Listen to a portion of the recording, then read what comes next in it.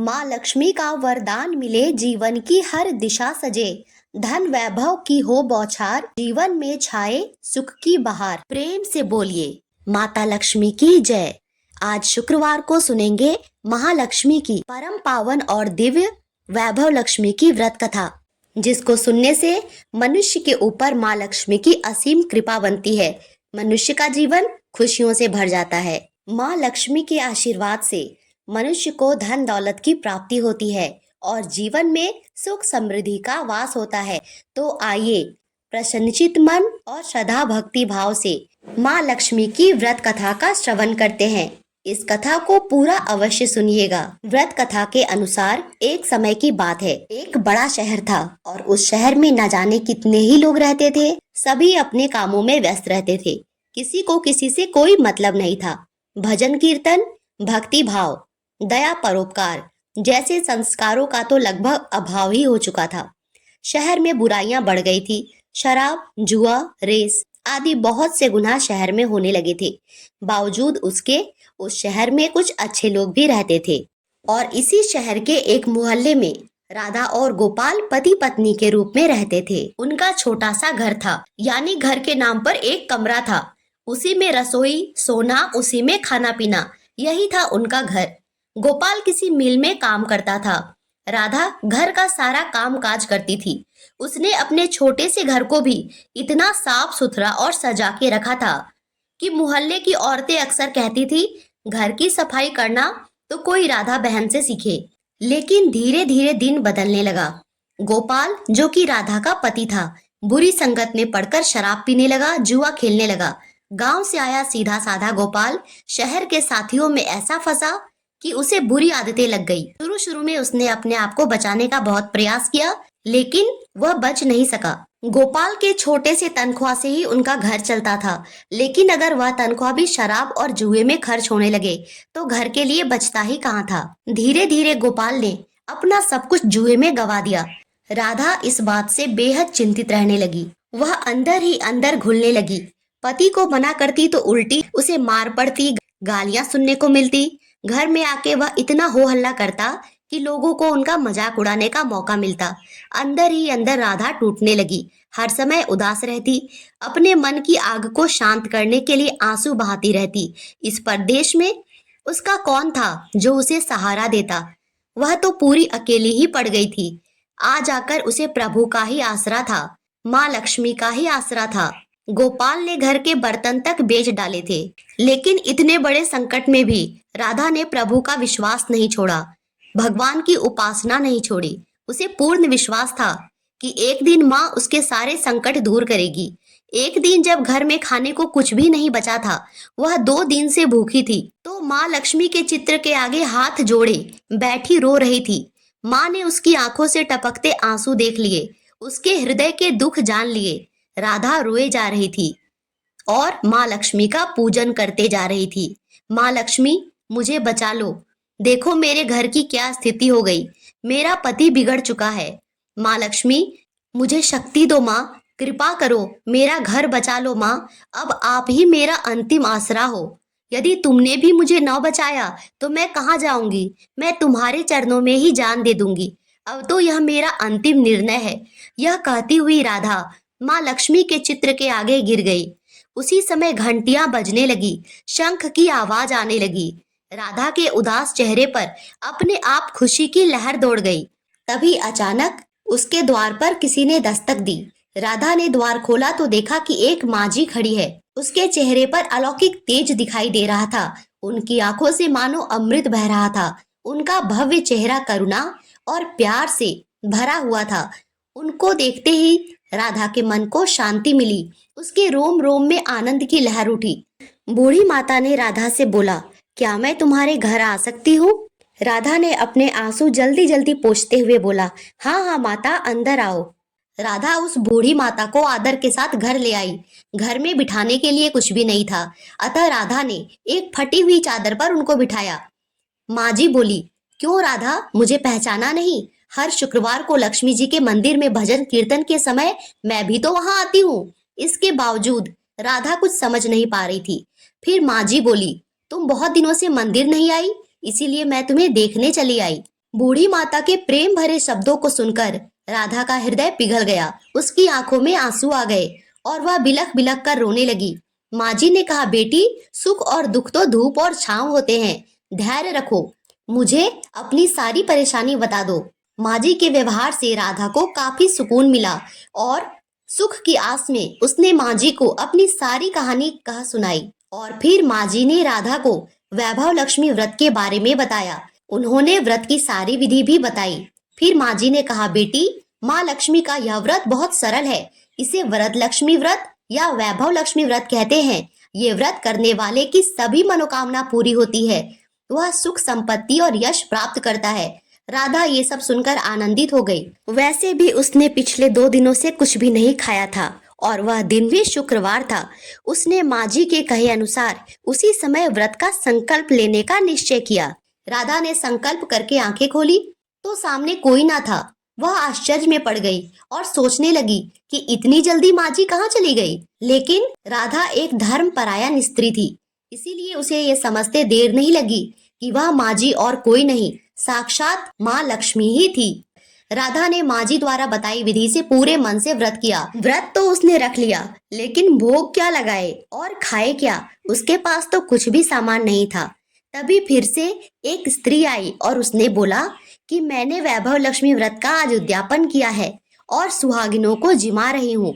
उसने एक थाली में भोजन दिया और बोला, ये लो व्रत का भोजन। मैं सभी सुहागिनों को भोजन जिमा रही हूँ, इसीलिए तुम्हारे लिए भी लाई हूँ। राधा ने लक्ष्मी माँ की जय ऐसा बोलते हुए उस थाली को लिया। उसी में से कुछ भोग माँ लक्ष्मी को लगाया और स्वयं खाने के लिए भी रख लिया। आखिर में प्रसाद वितरण हुआ। यह प्रसाद पहले पति को खिलाया। प्रसाद खाते ही पति के स्वभाव में फर्क पड़ गया। उस दिन उसने राधा को नहीं मारा, सताया भी नहीं। राधा को बहुत आश्चर्य हुआ और खुशी भी हुई। उसके मन में वैभव लक्ष्मी व्रत के लिए श्रद्धा बढ़ गई। राधा ने पूर्ण श्रद्धा भक्ति से 21 शुक्रवार तक वैभव लक्ष्मी का व्रत किया। 21वें शुक्रवार को माँ जी के कहे मुताबिक उद्यापन विधि करके 7 स्त्रियों को वैभव लक्ष्मी व्रत की 7 पुस्तकें उपहार में दी। फिर माता जी के धन लक्ष्मी स्वरूप की छवि को वंदना करके श्रद्धा भक्ति भाव से मन ही मन प्रार्थना करने लगी।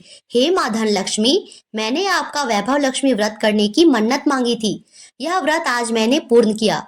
हे माता, मेरी हर विपत्ति दूर करो, हमारा कल्याण करो। जिसे संतान न हो उसे संतान देना, सौभाग्यवती स्त्री का सौभाग्य अखंड करना, कुंवारी लड़की को मनभावन पति देना। जो आपका ये चमत्कारी वैभव लक्ष्मी व्रत करे उसकी सब विपत्ति को दूर करना, सभी को खुशियां देना। हे माँ, आपकी महिमा अपार है।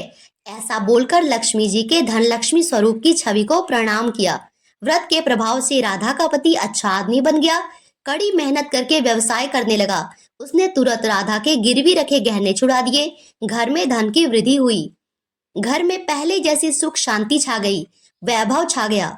वैभव लक्ष्मी व्रत का प्रभाव देख के मोहल्ले की दूसरी स्त्रियां भी राधा से वैभव लक्ष्मी व्रत की विधि पूछने लगी और वे भी विधि पूर्वक वैभव लक्ष्मी का व्रत करने लगी। प्रेम से बोलिए, माता लक्ष्मी की जय, धन लक्ष्मी की जय, अष्ट लक्ष्मी की जय। अब सुनते हैं माँ लक्ष्मी और भगवान विष्णु की पृथ्वी भ्रमण करने की कथा। एक बार की बात है, भगवान विष्णु बैकुंठ लोक में बैठे थे और उन्होंने माँ लक्ष्मी से कहा, देवी लक्ष्मी, मैं पृथ्वी पर भ्रमण करके आता हूँ। कई दिनों से मैंने पृथ्वी पर भ्रमण नहीं किया है। देवी लक्ष्मी ने बोला, प्रभु, जब आप पृथ्वी पे चले जाएंगे तो मैं यहाँ बैकुंठ में क्या करूंगी? मुझे भी साथ में ही ले लीजिए। परंतु भगवान विष्णु ने मना किया। लेकिन माँ लक्ष्मी अपने जिद पर अड़ी रही और भगवान विष्णु के साथ ही पृथ्वी पर भ्रमण करने आई। लेकिन भगवान विष्णु ने माता लक्ष्मी के सामने एक शर्त रखी कि तुम धरती पर पहुंचकर उत्तर दिशा की ओर नहीं देखोगी। माता लक्ष्मी ने सहर्ष स्वीकार कर लिया और भगवान विष्णु और माता लक्ष्मी पृथ्वी पर भ्रमण के लिए निकले। जब भगवान विष्णु और माता लक्ष्मी धरती पर पहुंचे तो उस समय सूर्य उदय हुआ था। रात में बरसात हुई थी। चारों ओर हरियाली ही हरियाली थी। धरती की सुंदरता को देखकर माता लक्ष्मी अत्यंत प्रसन्नचित हुई और पुलकित होकर इधर उधर घूमने लगी और भगवान विष्णु को दिया अपना वचन भूल गई। माता लक्ष्मी धरती की सुंदरता को देखते देखते कब उत्तर दिशा की ओर चली गई उन्हें पता भी नहीं चला। धरती का वातावरण देखने में कितना मनमोहन है।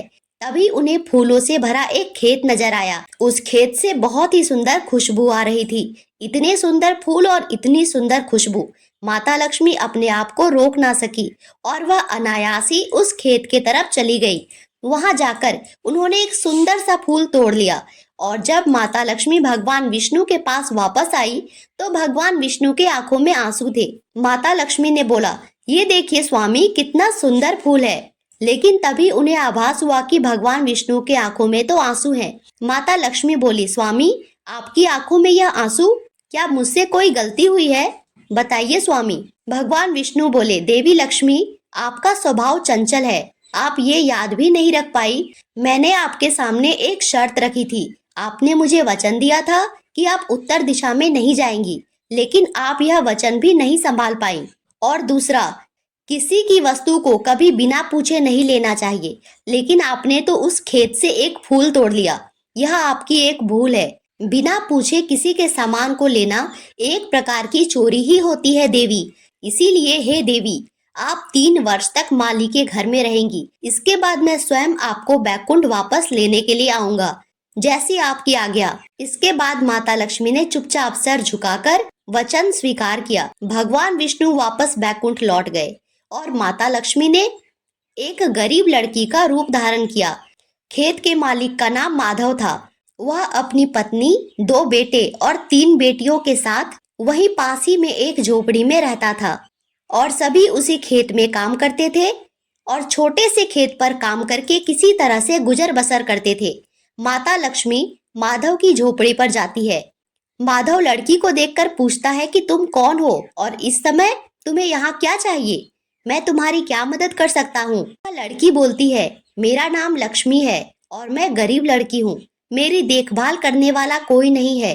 कई दिनों से मैंने कुछ खाया भी नहीं है और मैं यहाँ किसी को नहीं जानती। मैं रास्ता भटक गई हूँ। मेरा कोई नहीं है।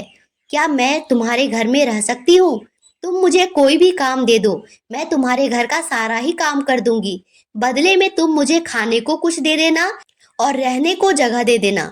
माधव बोला, मैं इस छोटी सी झोपड़ी में अपने पत्नी और 5 बच्चों के साथ रहता हूँ, लेकिन फिर भी अगर तुम यहाँ रहना चाहो तो तुम रह सकती हो।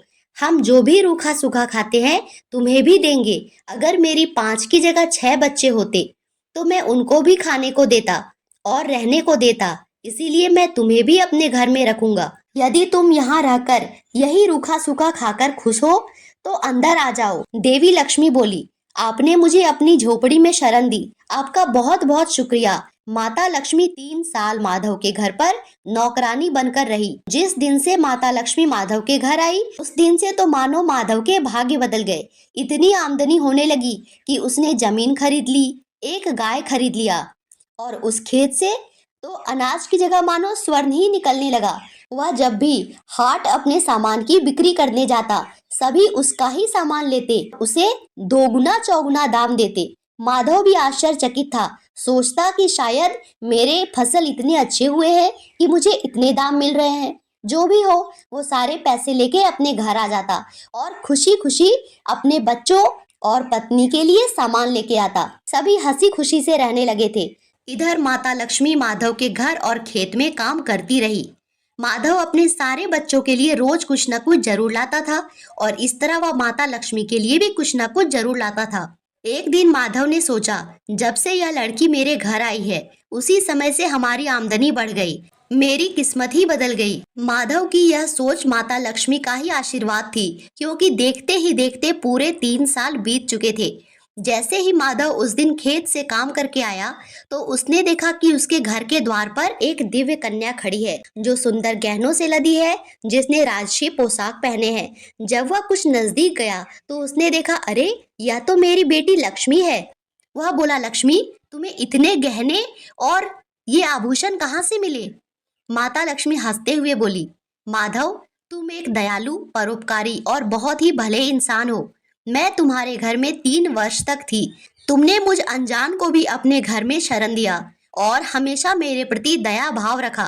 इसी कारण तुम्हें इतनी आमदनी हुई और तुम गरीब इंसान से एक धनी इंसान बन गए। मैंने भूलवश तुम्हारे खेत से एक फूल तोड़ लिया था, जिसकी सजा के स्वरूप मुझे 3 वर्ष तक तुम्हारे यहाँ रहना था। आज मेरी अवधि पूरी हुई। अब मैं वापस बैकुंठ जा रही हूँ।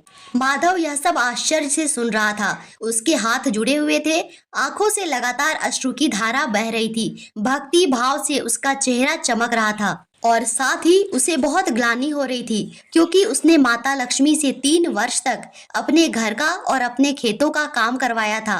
वह अपनी भूल कैसे सुधारे, कैसे माँ से क्षमा मांगे, वह सोच नहीं पा रहा था। उसने लज्जा से अपना सिर झुकाते हुए माता लक्ष्मी से क्षमा मांगी। रोते रोते उसने बोला, हे माँ लक्ष्मी, मुझे क्षमा कीजिए। मैंने आपके साथ बहुत बुरा व्यवहार किया है। मुझे पता नहीं था माता। माता लक्ष्मी ने कहा, नहीं माधव, तुमने एक अनजान लड़की की इतनी सहायता की, इसीलिए मैं जाते जाते तुम्हें धनवान बनने का आशीर्वाद देती हूँ। और देखते ही देखते माधव का घर एक महल में बदल गया।